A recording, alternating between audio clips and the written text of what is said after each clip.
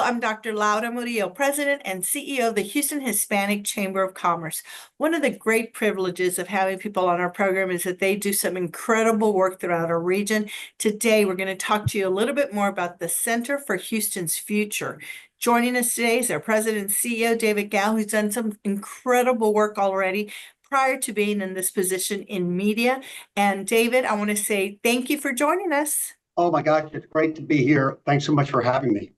Absolutely. So before we get into the Center for Houston's Future, which I'm a proud alum, and I'm so thankful for that opportunity, I learned so much. A little bit about you. You left a media conglomerate that you were running with some phenomenal different proprieties within that space, and you came over to the Center for Houston's Future. What prompted that change? Well, I loved my time in media, and one of the fun things about media is our different outlets cover different aspects of our Houston region. So Culture Map, of course, covered the food, restaurant, beverage, festivals, all kinds of cultural activities around the city. And then we have Sports Map that covers sports, and Innovation Map that covers the tech, innovation, entrepreneurial ecosystems of Houston. I got to see all those things and have a real passion for the region. But I'd run it for about 12 years. I was the founder, and I was just ready to do something else.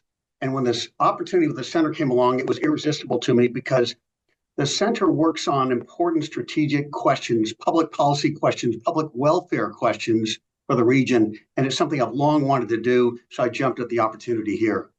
Well, and we're glad you did. And I know that you're celebrating an anniversary, a very important one, 25 years, and you've had a variety of different events and programmatic opportunities. Tell us a little bit about the 25th anniversary.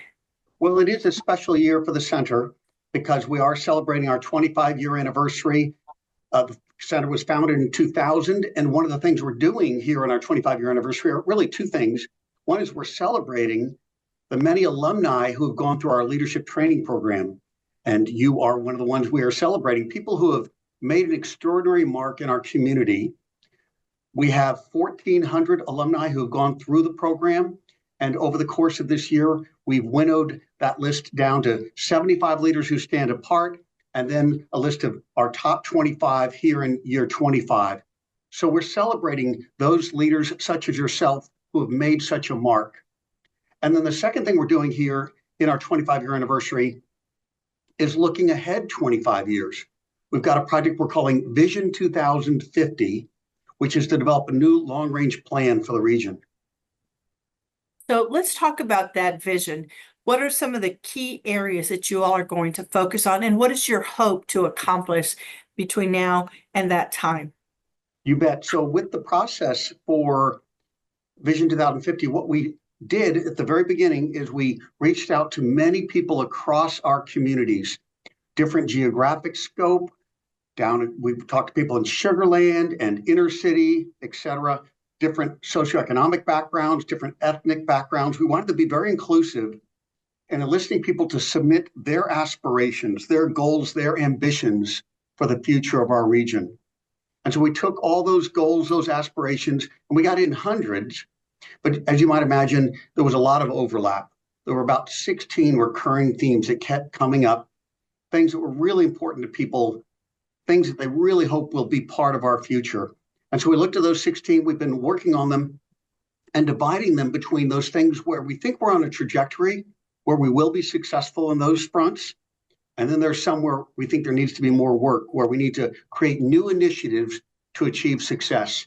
And so we've identified about 5 or 6 where we're going to double down and apply our deeper efforts to try to get our region on track, to try to be helpful in shaping the future on these important fronts for the region. Can you give us an example of some of those? You bet. So transportation is a recurring theme that keeps coming up. One of the amazing things about our city, of course, is how fast we've grown, and we can anticipate more growth to come. And so we've got this challenge to accommodate the growth that we all enjoy, but we need to reduce congestion on the roads. And that's a real challenge. And so are there different solutions where we can consider ways to take people off the road, get them out of cars and into other means of transportation? So that's one. Another one that's near and dear to my heart is education. Obviously, education is just so fundamental to all of the opportunities we want to create for everyone in the region. And so education is a big thrust. And I think we're at a big fork in the road with education, because with the coming of AI could unravel or undermine education. It could weaken people's learning in the classroom, because AI can basically replace a lot of the work that students do to learn. So we don't want that path for AI. We want to figure out ways to tap into the positive elements of AI, to figure out ways that AI can be enhancing to education and not a threat to education. A lot of challenges. Certainly, you have put together opportunities for alums to gather. I know recently I joined you at a home of one of your alums. And so tell me how you help maintain that engagement with your alums and certainly with your corporate partners. You bet. So our alums are what we call sort of our sleeping giant. They're an amazing collection of alumni who have gone through our leadership training program.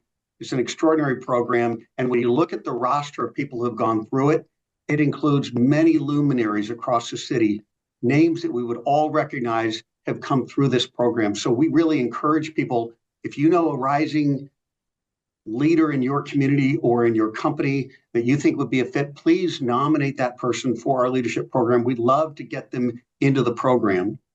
And then, as you said, we want to maintain an ongoing relationship with our alumni, preserve that continuity and the connectivity that comes through the program.